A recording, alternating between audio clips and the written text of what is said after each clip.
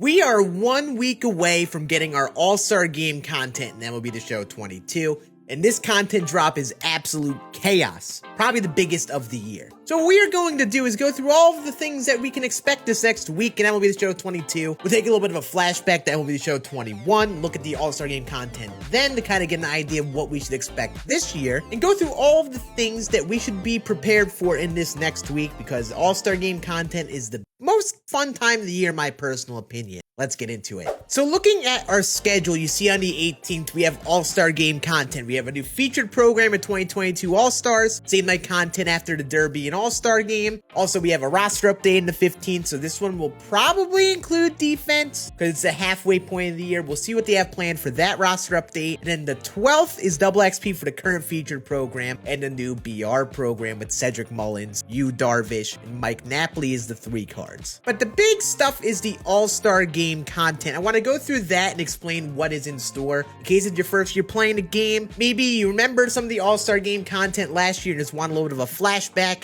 We're going to hop on MLB the Show 21 right now, what our All-Star Game content looked like last year, and see what we may see differently this year. Alright, so here we are on MLB the Show 21, and honestly, this game gives me some weird flashbacks. We gotta go through our Team Affinity, because last year we had Team Affinity, and look at what the cards were like when we got our All-Star Game content last year. So here they are, All-Star Game cards. They were 30 of them, 1 for each team.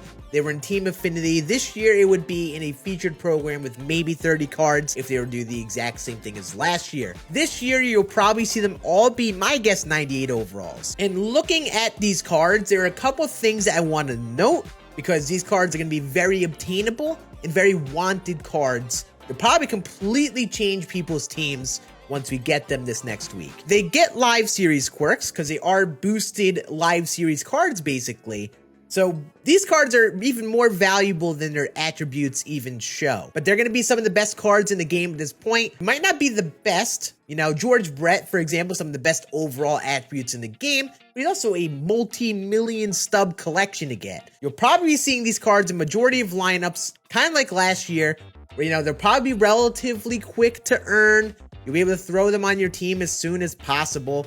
Fill up your lineup with a lot of these All-Star Game cards. It's fresh content with current players that people kind of relate to, so they're going to be a little bit more wanted than some of the legends and flashbacks that we have in the game already. And you see there was 1 for each team, and this kind of led to some problems. For example, because they had 99 Jacob deGrom, who was basically an endgame card, like that you get 3 months after the fact, in July, which was definitely pretty problematic. And then Trey Turner, who was also incredibly good. This card was basically in everyone's lineup for the rest of the year last year. This card had no business being this good. I bet you see some balances on this program. The cards will probably be good, and with how the cards have been treated this year in MLB the Show 22, they will likely be like solid cards for these players, but you could likely expect a better 99 for many of them that are definitely deserving of it. Speaking of which, you'll probably start to see live series cards make their way out of lineups, while guys like Trout and Acuna are pretty good still. Once we get these cards, you'll see that these cards are going to be nearly universally better than those cards, depending on who we get. So you'll probably see some change in lineups and the trends in what people use. This program is just one piece of the content, and whether they're 97 or 98 overalls, I know for a fact people are going to really want to use them. So here is our All-Star Game content. On the day of the All-Star Game on Tuesday, you'll see that night we will have drops of cards from the All-Star Game. So any player that does well, does something exceptional in the All-Star Game, they will likely get a card in a separate choice pack. And there will likely be just up to par or just a smidgen better, depending on the player, than our current All-Star Game content that we get. So for example, if all of our All-Star Game cards are 97 overalls in that featured program, expect the choice pack cards to be 96, 97, 98s at this point in the game. At least I would presume as such. And again, these cards get quirks and all that. And some of these cards are the best of the year, like Vlad Jr., JT Realmuto, and Xander Bogaerts were really good for the All-Star Game cards. Our Home Run Derby cards were a little bit different because a lot of them, they had a hit defensively, they were a lot worse fielding-wise, and yeah, they did get quirks and all that. They were solid hitters, which was neat, but their defense was rough. Their contact was pretty low for all of them, basically, other than Pete Alonso. So point I want to make about these Home Run Derby cards is they're more so going to be collection fuel at the very least, because you'll want to collect all of these cards along with those other All-Star Game cards for a potential collection. There is likely going to be some sort of collection for our All-Star Game content. This is to kind of get people to want to stash all the cards in their inventory, not just sell them all right away, and give you a fun reward for collecting all of the cards. So last year, you got 99 Shohei Ohtani for collecting 46 All-Star Game and Home Run Derby cards.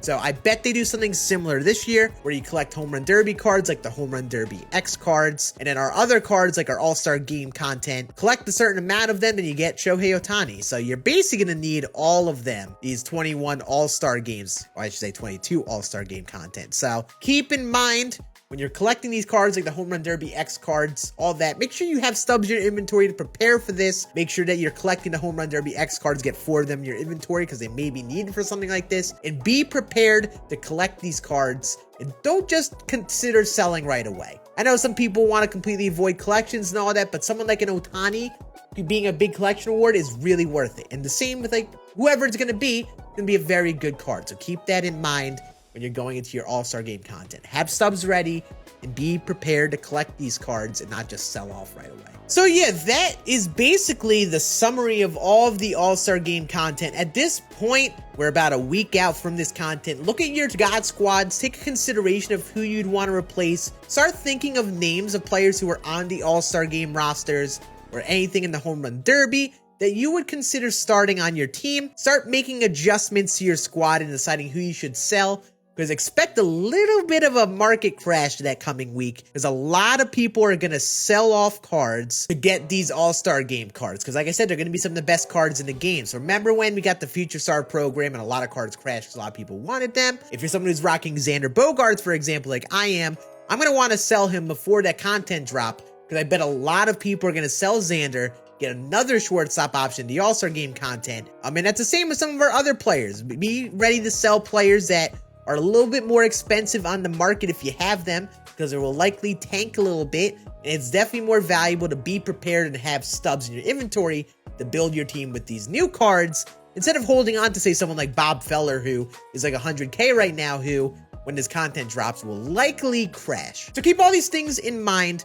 Start thinking about who you want to replace in your team. I'm already doing as such. I am ready to get going with this content. By the way, I will be in LA next week. The reason is secret right now. On Monday and Tuesday next week, when you get this content, expect me to be recording in a hotel room, going through the feature program, giving my initial thoughts. And then on Tier List Tuesday, you know how it goes. We'll tier list all 30 of the cards, or however many amount of bosses that we get in the feature program. So make sure you sub to the channel. I'll make sure to let you know in about a week when you get these cards who you should be using on your team and which ones I think are the best of the best. And let me know in the comments who you were excited to look forward to in this All-Star Game content.